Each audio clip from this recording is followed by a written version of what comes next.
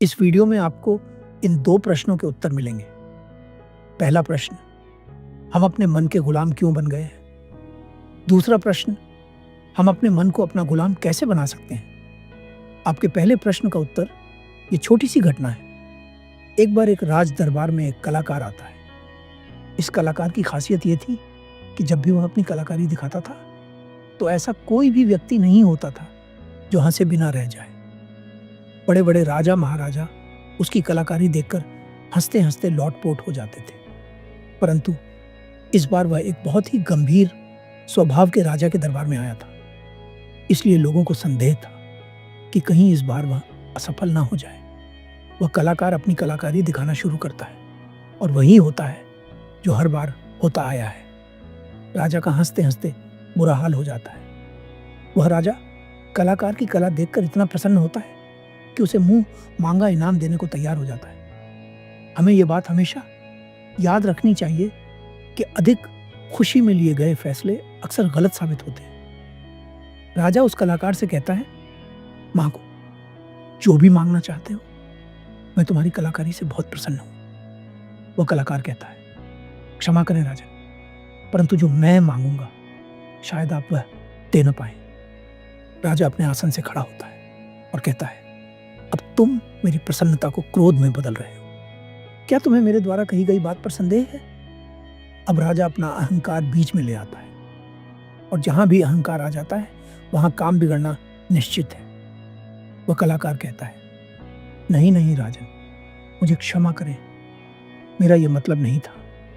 मैं तो बस यह कहना चाहता था कि आप इस बात को एक बार फिर दोहरा दें। राजा कहता है, मैं तुझे वचन देता हूं, जो भी तू हद में रहकर मांगेगा वह तुझे मिलेगा। वह कलाकार कहता है, तो ठीक है, आप मुझे 24 घंटे के लिए राजा बना दीजिए। उस कलाकार की बात सुनकर राजा मन ही मन सोचता है कि अच्छा हुआ, मैंने इसे हद में रहने को कहा था, वरना यह तो हमेशा के लिए राजा बन जाता। वैसे 24 घंटे कोई बड़ी बात नहीं। राजा सोच समझकर उस कलाकार से कहता है, ठीक है, अगले 24 घंटे के लिए मैं तुम्हें राजा घोषित करता हूं।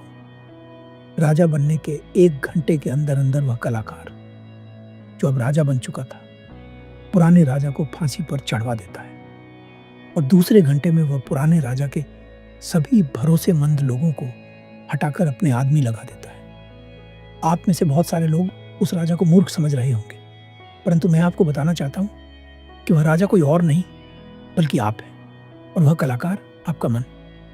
आपका मन आपको थोड़ी सी खुशी क्या दे देता है, आप उसके पीछे पीछे हो लेते हैं। जो कहता है आप वही करते हैं, और फिर बाद में आपके हाथ केवल पछतावा लगता है। किसी भी चीज का मजा लेना समस्या नहीं है, परंतु उस मजे में डूबकर अपनी सुध बुध खो देना समस्या है। अब दूसरे प्रश्न का उत्तर समझिए। आपको एक बात समझनी चाहिए कि आपका मन आपसे केवल बुरे काम ही नहीं करवाता, यह आपसे अच्छे काम भी करवाता है। उदाहरण से समझिए, जब आप ईर्ष्या का सहारा लेते हैं तो आपका मन बुरे काम करता है। जब आप मोह, लालच और अहंकार जैसी चीजों का सहारा लेते हैं तब भी आपका मन बुरे काम करता है। मगर जब आप प्रेम और दया का सहारा लेते हैं तो आपका मन अच्छे काम करता है। तो समस्या मन नहीं है, समस्या ये है कि मन का इस्तेमाल किस तरह से किया जा रहा है। बुद्ध ने जागरूकता को इतना महत्वपूर्ण इसलिए बताया है क्योंकि जागरूकता के द्वारा ही आप अपने मन को नियंत्रित कर सकते हैं। मन को नियंत्रित करने का यह अर्थ नहीं है कि आपके मन में नकारात्मक विचार आने बंद हो जाए। मन को नियंत्रित करने का सही अर्थ यह है कि कोई भी विचार आपको विचलित न कर सके। विचलित होने का अर्थ केवल परेशान होना ही नहीं होता, बल्कि बहुत ज्यादा खुश होना भी होता है। बहुत ज्यादा खुशी कोई समस्या नहीं है, परंतु उस खुशी के कारण कोई निर्णय ले लेना समस्या है। उदाहरण, किसी से कोई वादा कर देना। इसी तरह से बहुत ज्यादा दुख भी कोई समस्या नहीं है, परंतु उस दुख के कारण कोई निर्णय ले लेना समस्या है। उदाहरण, आत्महत्या।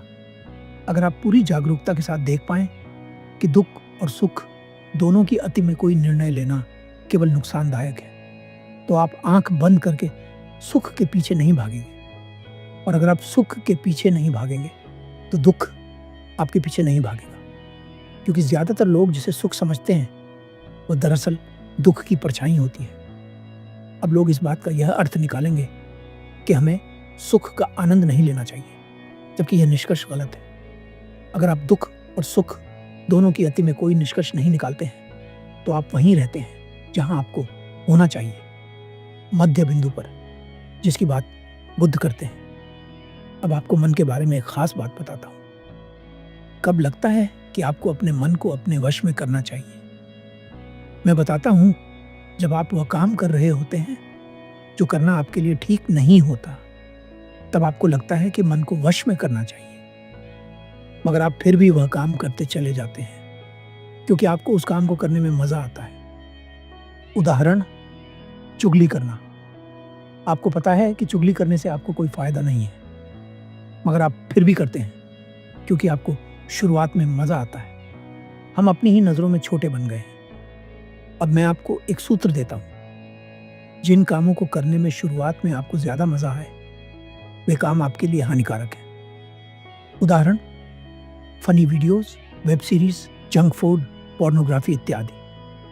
और जिन कामों को करने में शुरुआत में आपको कम मजा आता है, वे काम आपका जीवन बदल सकते हैं। उदाहरण, book reading, meditation, exercise, internet का सही इस्तेमाल करना। हमें यह बात समझनी चाहिए कि हमारा मन केवल बुरे कामों में ही नहीं लगता, यह अच्छे कामों में भी लगता है। फर्क सिर्फ इतना है कि बुरे कामों में यह जल्दी लग जाता है क्योंकि बुरे कामों की शुरुआत में मजा होता है, और अच्छे कामों में यह देर से लगता है क्योंकि अच्छे कामों में मजा देर से मिलता है। इसलिए मजे के पीछे ना भागे, बल्कि सही काम के पीछे भागे।